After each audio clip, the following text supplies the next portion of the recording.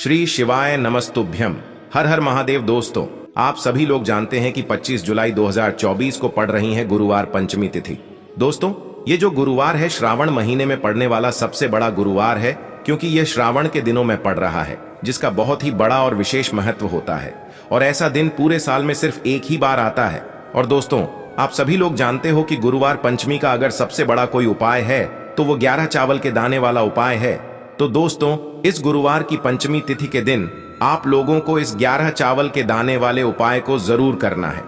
बहुत सारे लोग होंगे जिन लोगों ने इस उपाय को न किया हो, मतलब पूरा साल निकल गया, उन्होंने किसी भी दिन इस 11 चावल के दाने वाले उपाय को न किया हो।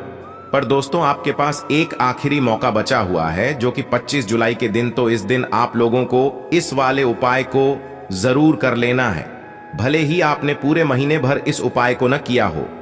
पर अगर आपने इस श्रावण महीने के गुरुवार पंचमी के दिन अगर इस वाले उपाय को कर लिया, तो आपको इस उपाय को करने का वो फल मिलेगा जिसकी आपने कभी कल्पना भी नहीं करी होगी। इसीलिए आप लोग इस वाले उपाय को एक बार जरूर कर लेना, ताकि आप लोगों के हाथ से यह मौका न जा सके और आपको इस उपाय को करने का फल मिल सके। दोस्तों, यह उपाय पंडित जी ने अपनी अभी की ही श्री शिव महापुराण की कथा में बताया है, जिस उपाय को आज हम आपको बहुत अच्छे से समझाने वाले हैं। इस वीडियो को देखने के बाद इस उपाय को समझने के लिए आपको कोई और वीडियो को देखने की जरूरत नहीं पड़ेगी। तो चलिए दोस्तों, उपाय को शुरू करते हैं। देखिए, यह इस श्रावण महीने के गुरुवार के दिन यह इतना खास होता है, इतना महत्वपूर्ण होता है। देखा है, कभी कभी बड़े बड़े पूजा पाठ अनुष्ठान से जो मनोकामना पूर्ण नहीं होते, वो श्रावण महीने के दिन एक छोटे से उपाय करने से ही आपकी मनोकामना पूर्ण हो जाती है। और बहुत सारे लोगों ने इस उपाय को किया भी है और उनको इस उपाय को करने का फल भी जरूर मिला है। अगर आप लोग भी इस उपाय को करना चाहते हैं तो आप इस उपाय को पहले अच्छे से समझ लेना, सुन लेना, उसके बाद करना। आपको इस उपाय का फल जरूर मिलेगा। और इस उपाय को कर लेने से आपके घर में चाहे किसी भी प्रकार की दुख और समस्या क्यों न चल रही हो, आपको उसका कारण भी नहीं पता है कि भाई यह समस्या किस कारण से चल रही है। उसका कुछ भी कारण हो सकता है, जैसे पितृ दोष हो सकता है या किसी भी तरह का मंगल दोष भी हो सकता है। तो इस दिन आप लोगों को यह वाला उपाय कर लेना है।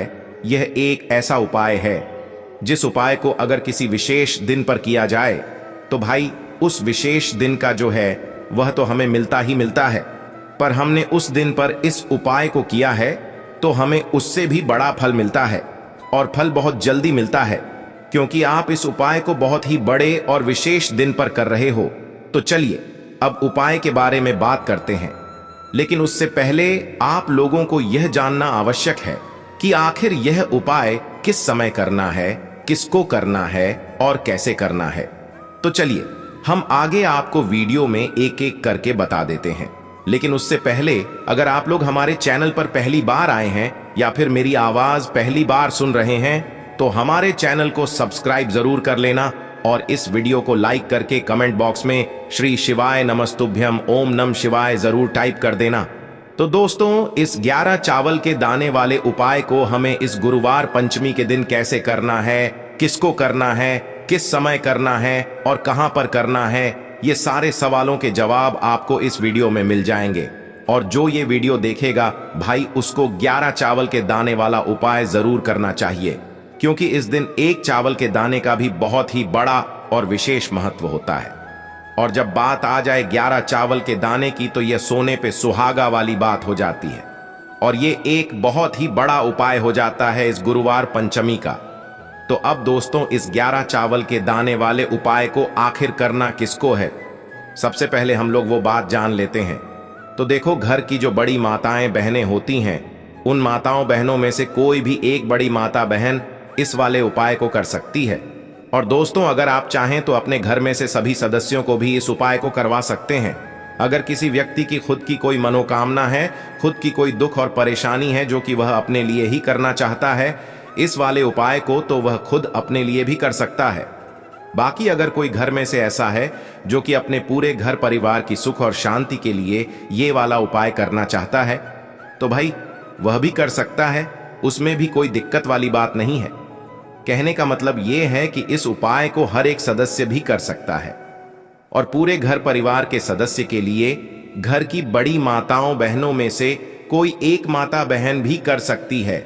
माताएं बहनें अगर घर में उपस्थित न हो या वो यह वाला उपाय न कर पा रही हो तो फिर घर का कोई बड़ा सदस्य भी इस 11 चावल के दाने वाले उपाय को कर सकता है, चाहे फिर वह पुरुष ही क्यों ना हो, उसमें कोई भी दिक्कत वाली बात नहीं है। अब दोस्तों, इस 11 चावल के दाने वाले उपाय को हमें करना कहां पर है? हमें इसे शिव जी के मंदिर में जाकर करना है। बहुत सारे लोग प्रश्न करते हैं हर एक उपाय को करते समय क्या हम इस उपाय को घर पर कर सकते हैं? तो इस वाले उपाय को आप घर पर नहीं कर सकते हो। इस वाले उपाय को करने के लिए आपको शिव जी के मंदिर ही जाना पड़ेगा।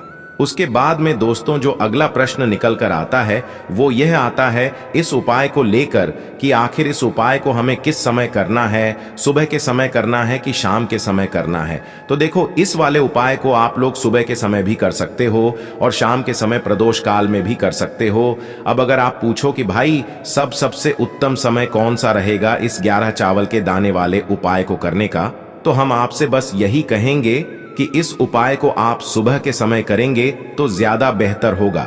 बाकी अगर प्रदोष काल शाम के समय भी करेंगे तो भी अच्छा होगा, उसमें कोई भी दिक्कत वाली बात नहीं है।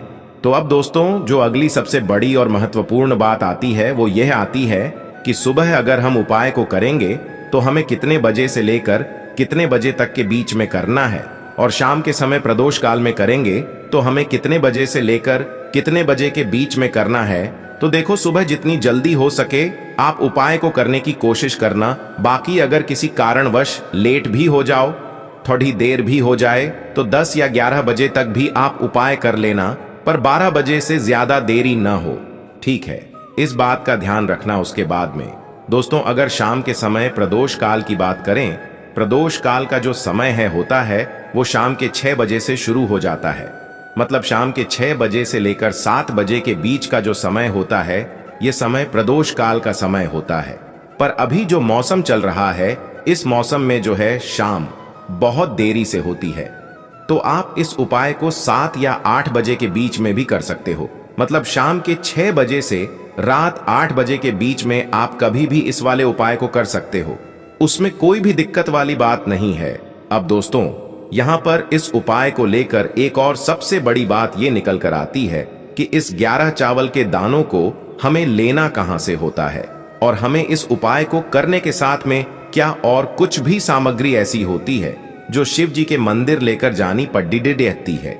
तो देखो यहां पर हम आपको बता दें, सबसे पहले आप लोग ये जान लो कि यह जो 11 चावल के दाने वाला उपाय है, सिर्फ और सिर्फ आप उपाय की सामग्री लेकर कभी भी शिव जी के मंदिर मत जाना, क्योंकि हमें भगवान के सामने यह नहीं दर्शाना है कि अगर हम भगवान शिव जी के मंदिर आए हैं तो अपने फायदे के लिए आए हैं। तो इसलिए जो भी पूजन सामग्री है उपाय सामग्री है, 11 चावल के दाने, इसके साथ में आपको पूजन सामग्री भी जरूर लेकर जाना है।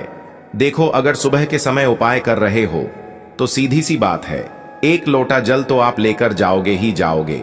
वही 1 लोटा जल अगर मिट्टी का जल हो तो बहुत अच्छा रहेगा। मिट्टी का जल कैसे बनाया जाता है इसके लिए हमने पहले से बहुत सारी वीडियोस बना दी है। आपके पास इस दिन एक आखिरी मौका रहेगा मिट्टी का जल शिव जी पर चढ़ाने का और उपाय को करने का। बहुत बड़ा आपको इस दिन फल मिलेगा, तो इसलिए इस दिन हो सके तो भाई मिट्टी का जल चढ़ाना, तो अपने साथ में कम से कम 1 लोटा जल तो आपको लेकर जाना ही जाना है। अगर मिट्टी का जल नहीं है तो घर का जल भी आप इस्तेमाल कर सकते हो। इसके अलावा जो भी पूजन सामग्री है, देखो 11 चावल के दाने ये अलग आपके रहेंगे और जो आपकी पूजन सामग्री रहेगी वो अलग रहेगी। पूजन सामग्री में आप जो भी चीज लेकर जाना चाहे वो लेकर जा सकते हैं, उसमें कोई भी दिक्कत वाली बात नहीं है। वहीं अगर हम बात करें शाम के समय की, तो शाम के समय शिव जी पर जल नहीं चढ़ता है, इसीलिए शाम के समय आप लोग एक दीपक तैयार कर लें जो कि गोल बत्ती का आटे का शुद्ध देसी गाय का घी का होगा, है ना? इस बात का आप लोगों को ध्यान रखना है, और इस दीपक को आपको घर से जलाकर नहीं लेकर जाना है, भगवान शिव जी के मंदिर में जाकर ही जलाना है। इस बात का भी आप लोगों को ध्यान रखना है। अब दोस्तों यहां पर हमें इस बात को समझना है कि यह 11 चावल के दाने हमें लेना कहां से है। क्या हमें दुकान से लेकर आना है, या हमें अपने घर से लेना है, या कहां से लेकर आना है, और कौन से चावल लेना है? क्योंकि चावल भी बहुत प्रकार के होते हैं। तो देखो, इन सभी सवालों के जवाब आप लोग एक बात में सुन लो कि भाई ये जो उपाय है, इस उपाय में आपको ये नहीं देखना है कि भाई कौन से चावल है, कौन से चावल नहीं है। बस जो भी चावल ले रहे हो वो चावल का दाना सबूत होना चाहिए, मतलब साबुत होना चाहिए, टूटा हुआ नहीं होना चाहिए, कटा पिटा नहीं होना चाहिए। ये बात आपको ध्यान रखना है। बाकी आपका चावल बासमती हो या सादा चावल हो या कोई सा भी चावल हो, उसमें कोई भी दिक्कत वाली बात नहीं है। तो सीधी सी बात है कि आपके घर के रसोई घर में जहां पर आप भोजन बनाते हो, वहां पर जो भी चावल आपके उपस्थित हो, उन चावलों में से अपनी एक कटोरी भर लेना या एक मुट्ठी चावल अलग से निकाल कर रख लेना। क्योंकि हम 11 चावल ही यहाँ पर इस उपाय में लेने वाले हैं, तो हमें यह चावल के दाने गिनकर निकालने पर डरेंगे। इस बात का आप लोगों को ध्यान रखना है। तो अपने उस चावल की कटोरी में से या चावल में से 11 ऐसे चावल के दाने आप लोग निकाल लो जो कि टूटे हुए ना हो, कटे पिटे ना हो, जिनमें कोई दाग ना लगा हुआ हो, है ना। अच्छे साबुत चावल के दाने 11 दाने आप लोग निकाल कर रख लो और इन्हें किसी भी एक कागज की पुड़िया में या किसी एक छोटी सी कटोरी में आप लोग रख लो, ताकि यह सुरक्षित रहे। आपके एक भी चावल का दाना इधर उधर ना हो और आपका उपाय भी पूरा अच्छे से हो जाए। तो भाई जैसे ही आपका उपाय की जो सामग्री है, 11 चावल के दाने ये तैयार हो जाते हैं, उसके बाद मैं आपको जो भी अपनी पूजन सामग्री है, सुबह के समय कर रहे हो तो 1 लोटा जल या पूजन सामग्री जो लेकर जाना चाहो उसकी भी तैयारी कर लेना। और शाम के समय जा रहे हो तो भाई अपना जो दीपक है उसे तैयार कर लेना, ठीक है। और उपाय को करते समय शुद्धता का विशेष रूप से ध्यान रखना, ठीक है। सुबह सुबह स्नान करने के बाद ही उपाय को करने की आप लोग तैयारी करना। उसके बाद अगर शाम के समय की बात करें तो शाम के समय आपको स्नान करने की जरूरत नहीं है, पर शुद्धता का ध्यान रखना है। आपको स्नान तो नहीं करेंगे, आप हाथ मुंह धोकर भी इस वाले उपाय को शाम के समय प्रदोष काल में कर सकते हैं। इसमें कोई दिक्कत वाली बात नहीं है। तो आप अपने उपाय की पूरी सामग्री तैयार करके आपके पास ही में जो आपका शिव मंदिर हो वहां पर पहुंच जाइए। सबसे पहले शिव मंदिर में जाकर आप लोगों को उपाय नहीं करना है, पहले भगवान के दर्शन करना है, भगवान से आशीर्वाद प्राप्त करना है, फिर शिव जी की शिवलिंग के पास में आना है। शिवलिंग के पास में आने के बाद आप जो पूजन सामग्री लेकर आए हुए हैं, जैसे कि सुबह गए हुए होंगे तो 1 लोटा जल और जो भी पूजन सामग्री लेकर आए हैं, आप उनसे भगवान शिव जी की पूजन कीजिए। सबसे पहले तो 1 लोटा जल ही चढ़ेगा, उसके बाद में आपकी पूजन सामग्री चढ़ेगी।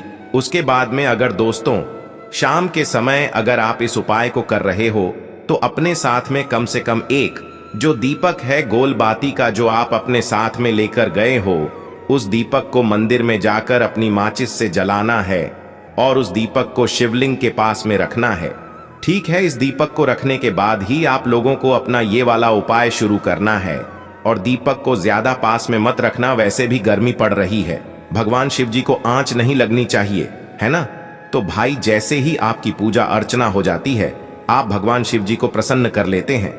उसके बाद में शिवलिंग के पास ही में आप कहीं पर बैठ जाइए, सामने या आसपास जिस जगह पर आपको बैठना हो वहां पर बैठ जाइए और अपने वह 11 चावल के दाने अपने सामने निकाल कर रख लीजिए। क्योंकि अब यहाँ पर उपाय को यहाँ पर करने की आपको तैयारी करना है। और इस तरीके से जब आप उपाय करेंगे, पूजन सामग्री करने के बाद, पूजन अर्चना करने के बाद, तो आपको उपाय का फल बहुत जल्दी और बहुत बढ़ा होकर मिलेगा। तो अपने 11 चावल के दाने अपने सामने निकाल कर रख लेना।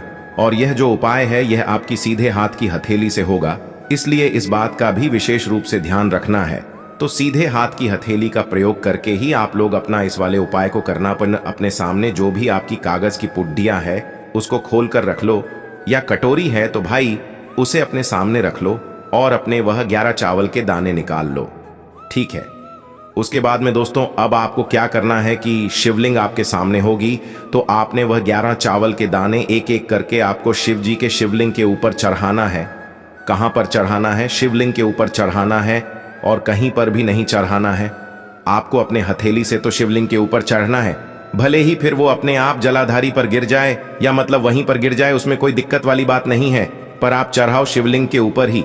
तो आपको क्या करना है, अपना पहला चावल का दाना उठाना है, श्री शिवाय नमस्तुभ्यम बोलना है और शिवलिंग पर चढ़ा देना है। इसी तरीके से दूसरा चावल का दाना उठा है, शिवलिंग पर चढ़ाना है और मंत्र बोल देना है। और फिर तीसरा चावल का दाना उठाना है, श्री शिवाय नमस्तुभ्यम बोलना है और चढ़ा देना है।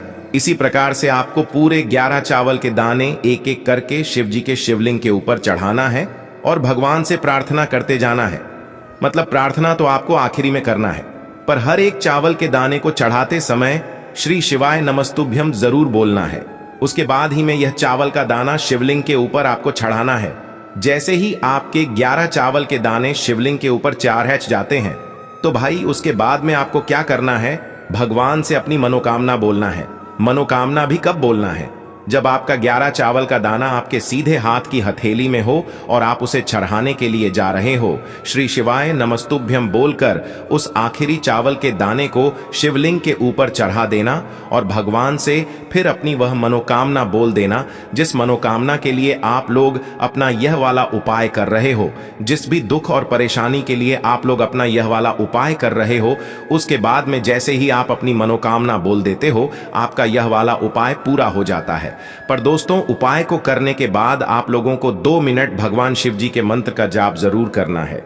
और मंत्र का जाप करने के बाद भगवान से एक और बार प्रार्थना करना है अपनी मनोकामना के लिए या अपनी जो भी दुख और परेशानी है उसके लिए। इसके बाद में आप लोग भगवान को देखकर, भगवान से प्रार्थना करके, उनसे आशीर्वाद लेकर वहां से उठ सकते हैं और अपने घर पर जा सकते हैं। बस दोस्तों, यहां पर यह वाला उपाय पूरा हो जाता है। इस तरीके से जो भी व्यक्ति छोटी छोटी चीजों का ध्यान रखते हुए इस 11 चावल के दाने वाले उपाय को करेगा, निश्चित सी बात है उसे उसकी मनोकामना जल्द ही पूर्ण होगी और जो भी दुख और परेशानी है वो भी बहुत ही जल्दी दूर होंगे। और दोस्तों, अगर आपको हमारी ये वीडियो पसंद आई हो तो हमारे इस वीडियो को लाइक और चैनल को सब्सक्राइब जरूर करें। हर हर महादेव, ओम नमः शिवाय।